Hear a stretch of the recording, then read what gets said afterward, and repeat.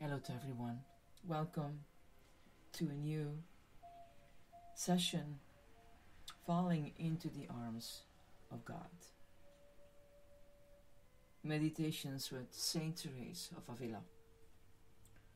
This is your pastor, Yati. The shining sun.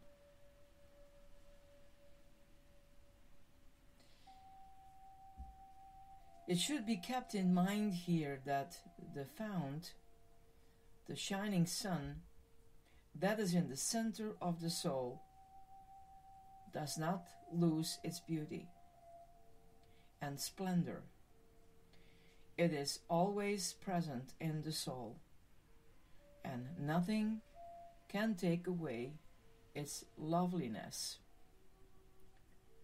But if a black cloth is placed over a crystal that is in the sun, obviously the sun's brilliance will have no effect on the crystal, even though the sun is shining on it. Teresa was shown the brilliance of the castle, how a sun was shining in the center, its light spreading to all rooms. But she also saw that the other rooms of the castle had little light, and that the further away they were from the center, the darker they became. She was aware that although the light continued to shine, it was as if the soul was unable to enjoy and partake of its great brilliance and beauty. How sad, she said, for a soul to be separated from the light. How disturbed the senses became when deprived of their life-giving source. In what ways do we separate ourselves from the shining sun? One of the most common ways to dull this inner sun is by failing to give love. And when we are not giving love, it is usually because we are too absorbed in our own needs. It is not only others who may be hurt by our inattentiveness or lack of action.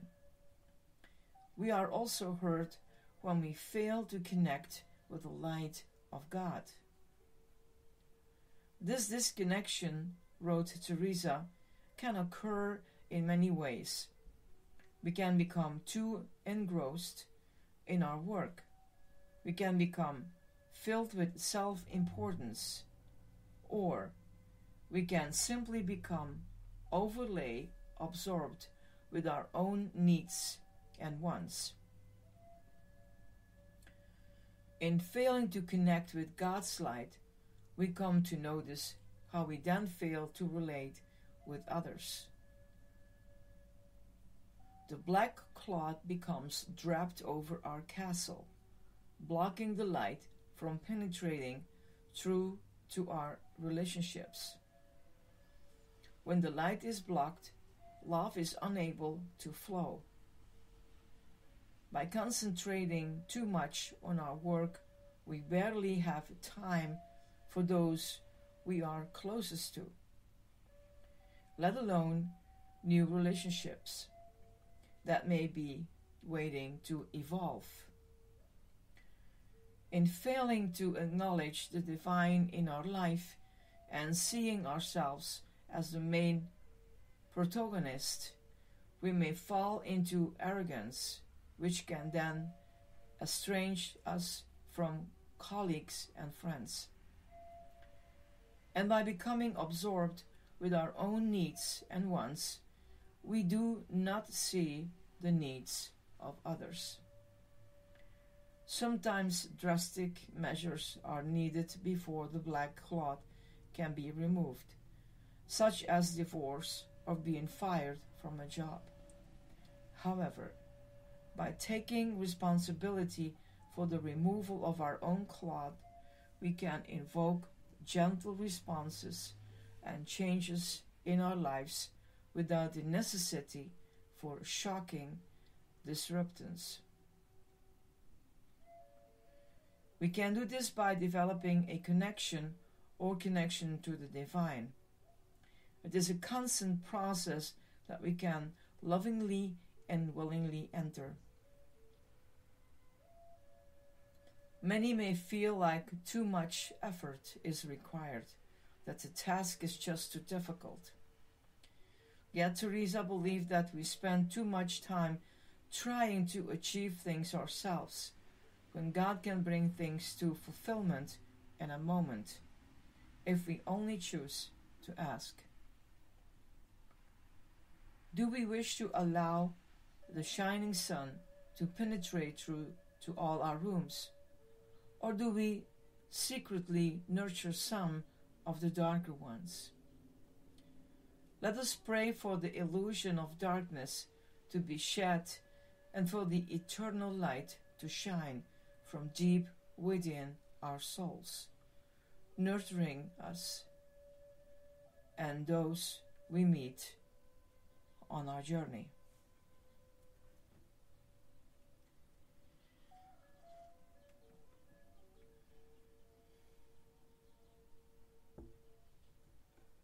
Now, in your time, find a place where you are peaceful. And we know that for every person that's different.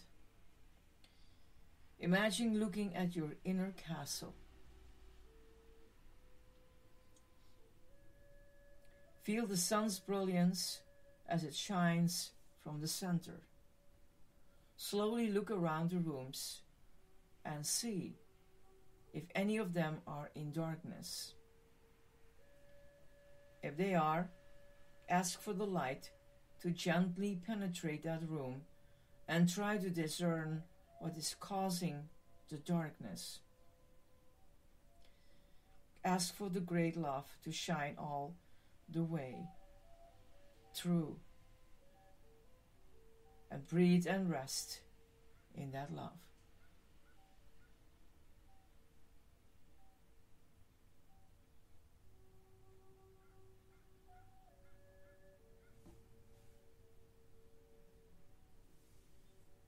May you find peace within. This is your Pastor Yeti. Bye-bye.